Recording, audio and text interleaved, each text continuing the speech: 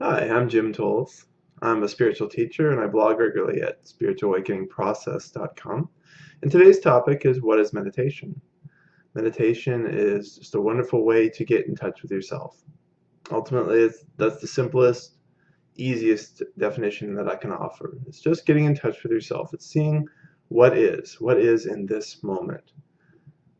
There are a lot of different techniques that get used in meditation. Obviously, the seated with your eyes closed sort of idea is the most common one, and it's a very helpful one.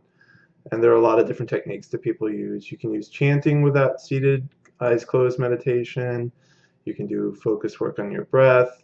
There are different things with kind of different mental practices that you can do, whether you're watching your thoughts and how you are with them, and maybe counting thoughts or just playing different little games in there to kind of relax the mind and practice relaxing the mind, which can be a real positive thing for a lot of people because our minds in Western society are really tense. They're just running around constantly trying to solve problems, and the meditation starts to slow down this process.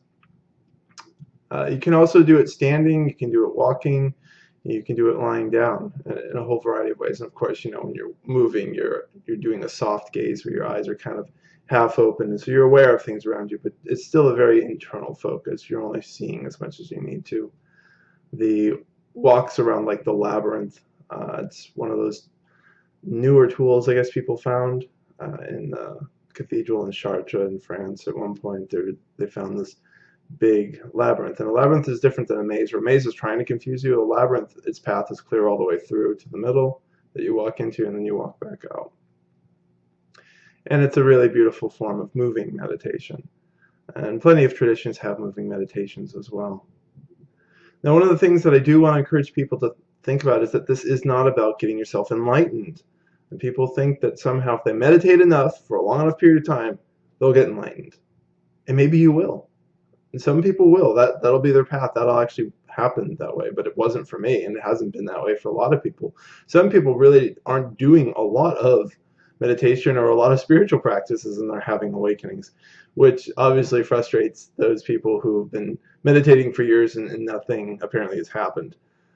But then this is part of understanding what the tool does. Meditation is a tool that brings you into your center, just to pay attention.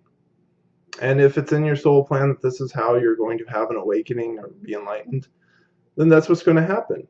But if not, then that won't happen. And ultimately, one of my new favorite sayings that I've kind of made up is, before an awakening, do what you love. After an awakening, do what you love.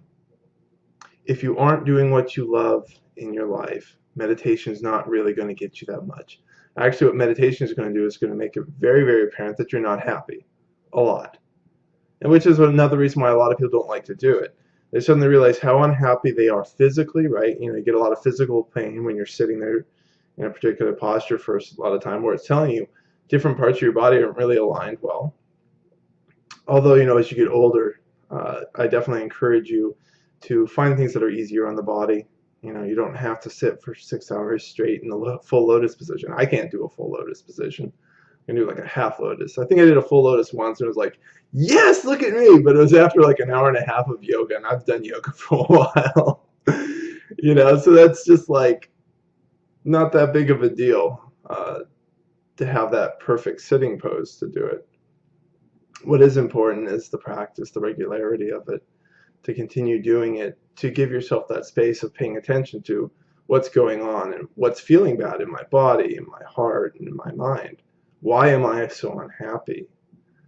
That's part of the more important practice. And then when you see that, starting to bring awareness, like, what do I need to do in my life to heal these parts of my life that I'm obviously not happy doing? It becomes very simple. You don't really go to meditation because your whole world's going to get fixed in 30 minutes. You go to meditation to stop and pause and to see what is going on in your world. The real world, the world in here. Because the world externally, it's always going to be moving and changing. There's going to be good days, there's going to be bad days. People are going to give you compliments, people are going to yell at you on the freeway. It's just that way because other people are lost in their own worlds. But it's this strange mix of being lost in the projections of their worlds, but constantly trying to grapple with the things around them. So they're not actually lost in the inner world. They're lost in this kind of mix in between. And it's confusing, and it's impossible to actually win that because it's not real. They're caught up in their projections of what this other world should be, and then they're trying to make that projection do something for itself. So in relationship, this is absolutely poisonous, where like you want your wife to always be a certain way, but she isn't. She's a person. She has many different facets. Or you want your husband to be a certain way. You want your boyfriend or your girlfriend, or you want your boss to be a certain way. You want your coworkers to be a certain way, and they're not. And they fit that little small box for a little bit of time, and you're happy, like, oh, finally things are going the way they should go. And then they stop, and they fall outside that box, and they don't, and then you're upset again. And that constant striving and grasping and desire and need and obligations and attachments, all these things are exhausting and will leave you constantly running around in your head trying to figure it out. Like if you just get this one idea, if you just listen to this one YouTube video, this one spiritual teacher, read this one blog, read this book, you're going to get the idea that makes it all better. And it doesn't work that way, other than the simplest things where people say, just let go and follow your heart. And coming into meditation, you start to look at what you're holding on to and what your heart really wants. You know, there are all kinds of states that can be kind of achieved through different meditations. You can definitely change your awareness, and you can have these really beautiful moments of expansiveness, of quiet when the mind settles. But they'll pass. There are wonderful, 10-day silent retreats that you can go on where you're meditating all the time. And you really can get a lot of energy moving inside you, which is a wonderful way to help bring purification within the self, help bring preparation for a potential awakening or not. Like, awakening is not a goal. Enlightenment is not a goal. And I can't emphasize enough, I'd really encourage you not to come to meditation thinking you're going to get enlightened. You're going to come to meditation and you're going to see who you are. And you may not like what you see. And you may also really like some of the things you see, but feel like you can't express them in the world. And these are important pieces to begin to notice. Depending on where you are in meditation, you're going to be beginning to notice things. Other people, once you've noticed, you have to bring this out into the world. You have to use it somehow. Otherwise, it just becomes this thing where, like, well, in my meditation, I feel great, but the rest of the world still doesn't work with me. It's like, well, that's not how it happens. It's not life. You have to bring this out into the world in some sort of way. And that's going to bring change. And change brings the unknown, because we don't know how things will shift when we start to offer ourselves in a different way than we currently do. So when you come to your meditations, go slowly. Give yourself that space to just explore. Practice non-judgment, not expecting any particular outcome, other than that you will sit there quietly for 30 minutes if you choose to do a seated meditation. I usually recommend about 30 minutes. Some people, they like 45 or an hour. 15 minutes in the morning isn't a bad way to kickstart your day if you don't have a lot of time and are really busy.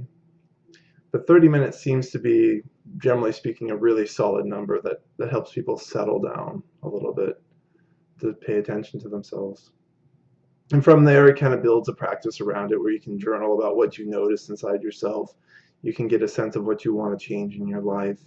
You can get a sense for different things that you might read out better after you've had a meditation. Everything is just a little bit clearer. It may also be better to deal with an argument or a bigger issue in life after you've had a meditation, to stop and pause and see what you actually care about, see what actually matters to you. So those are some thoughts about meditation. As I said, it's very simple. It's just about being present to what is happening. And ultimately, the more you bring that kind of awareness into yourself, the more everything in life can be a meditation. But certainly having that regular practice where you sit and you pause, I like to do it in the beginning of my day, can be really valuable, really helpful, and just in general make you feel really a lot better. I hope you've enjoyed this. My name is Jim Tolles. I blog at spiritualawakeningprocess.com.